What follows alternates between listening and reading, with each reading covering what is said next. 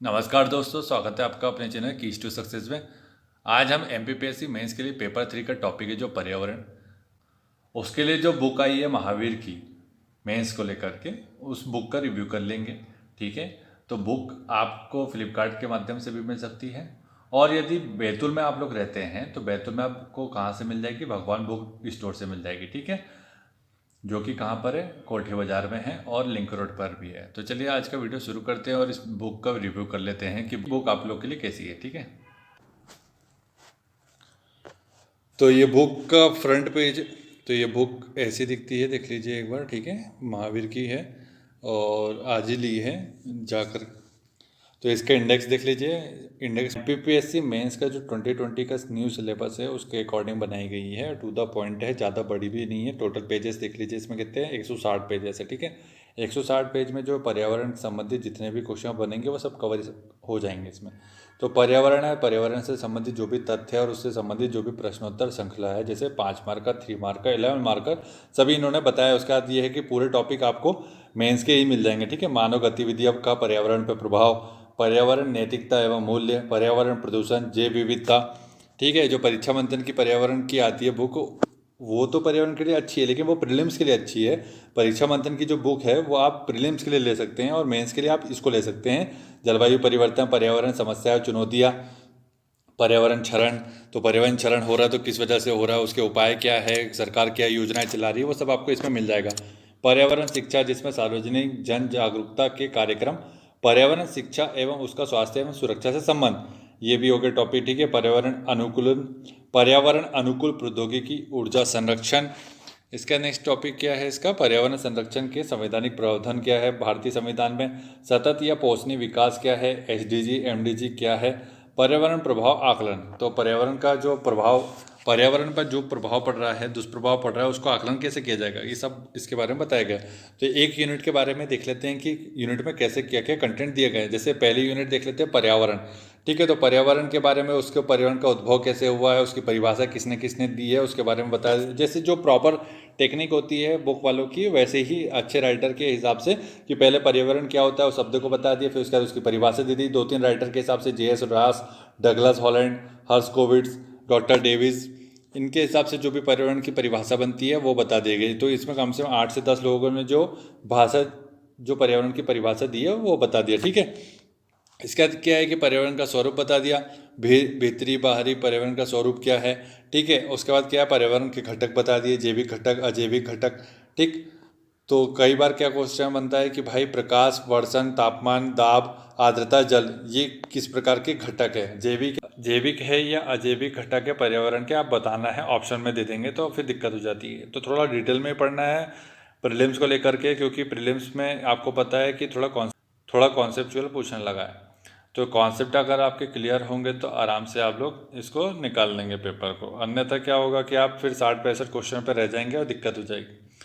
उसके बाद ये है कि ऊर्जा संगठक क्या होता है, तो ऊर्जा संगठक के बारे में बताया है। ठीक है, फिर उसके बाद क्या है, पर्यावरण का कार्य क्या है उसके बारे में बताया है यहाँ पर 4 पॉइंट में। तो ये टू द पॉइंट बताया, मतलब 3 मार्क का, 5 मार्क का आराम से बनेंगे। पर्यावरण का क्षेत्र बता दिया कि भाई क्या हो, वायुमंडल, जलमंडल, स्थलमंडल, जीवमंडल। ठीक है, इसके बाद क्या है, इसके बाद ये है कि वायुमंडल के अंदर का क्या क्या कार्यक्रम होते हैं वो सब बता दिया है, किस किस की उपस्थिति होती है, किस किस की उपस्थिति नहीं होती, समताप मंडल क्या होता है, ऑक्सीजन, हीलियम, हाइड्रोजन का क्या लेवल होता है, यहाँ पर आयन मंडल क्या होता है, तो आयन मंडल में क्या काम होता है।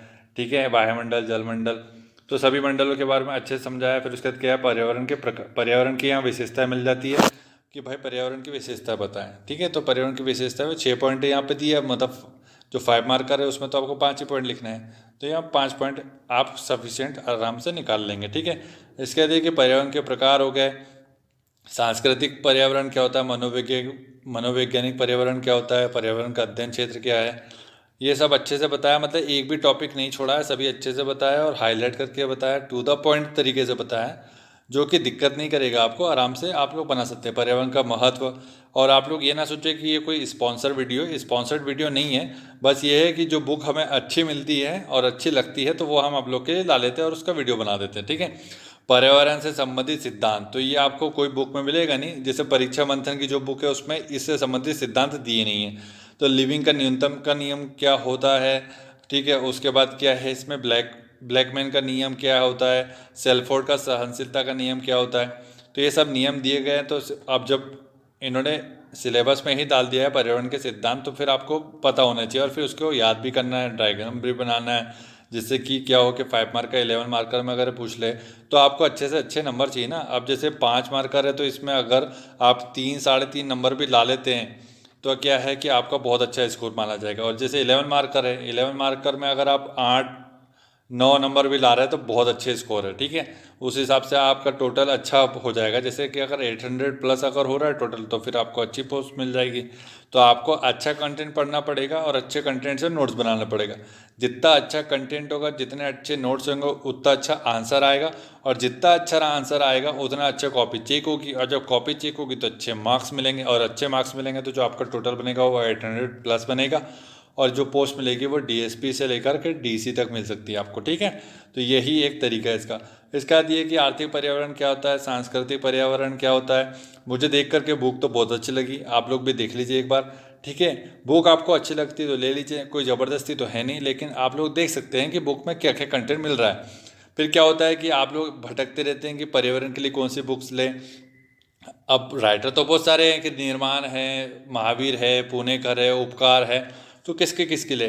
तो देख लीजिए, इसके बारे में तो हमने बता दिया कि महावीर की बुक कैसी है, आप लोग देख सकते हैं। और वहाँ जाकर के एक शॉप में जाकर के आप दूसरे राइटर की बुक उठा करके कंपेयर कर लीजिएगा। कंपेयर करने में आपको समझ में आ जाएगा कि किसमें क्या सही दिया। एक यूनिट को अगर आप कंपेयर कर लेते हैं तो आपको काफ़ी हद तक क्लियर हो जाता है कि बुक कौन सी लेनी चाहिए। पर्यावरण मनोविज्ञान क्या होता है, उससे संबंधित जो भी पॉइंट्स हो सकते हैं, लक्षण क्या है उसके, वो सब बता दिए इन्होंने, ठीक है। पर्यावरण, इसके बाद ये कि भारतीय संदर्भ में पर्यावरण की अवधारणा क्या है ये भी बता दिया इन्होंने। तो इसके बाद अंतर्गत क्या क्या होता है क्या नहीं होता है सभी बताया है। जनसंख्या विस्फोट क्या है, संवेदनशीलता, अरण्य संस्कृति क्या है ना। हमारी ऋषि परंपरा क्या थी उसके बारे में बताया। फिर आधुनिक युग में पर्यावरण की अवधारणा क्या क्या दी गई है, भाई यूएन ने क्या दिया, WCED ने क्या दिया है, UNFCCC हो गया, रियो सम्मेलन, ये सब डब और सतत विकास सम्मेलन, ये सब दिए गए, अच्छी बुक है। उसका दिए कि परीक्षा उपयोगी महत्वपूर्ण तथ्य भी दे दिए प्रीलिम्स के हिसाब से, जो कि इंपॉर्टेंट हो जाएगा। जैसे Rio+20 घोषणा पत्र का शीर्षक क्या था, द फ्यूचर वी वांट, जो कि फेमस क्वेश्चन है और हमेशा पूछा जाता है। तो ऐसे क्वेश्चन इसमें दिए, अच्छी बात है। ये प्रीलिम्स के हिसाब से दे दिया, अभी प्रीलिम्स के हिसाब से फैक्ट है इसमें, और फिर मेंस के हिसाब से अति लघुत्तरीय और लघुत्तरीय दीर्घोत्तरीय प्रश्न दिए हैं इन्होंने, जो कि आप लोग आंसर राइटिंग कर सकते हैं। उसके अलावा क्या दिया है इन्होंने कि आपको 3 मार्कर की सीरीज बना के दी। अब पर्यावरण क्या होता है उसके बारे में बता दिया आपने। पर्यावरण के घटक पूछ लिया तो ये बता सकते हैं, जैविक अजैविक ऊर्जा संगठक, जैविक घटक क्या होता है, सबकी परिभाषा बताइए, ठीक है।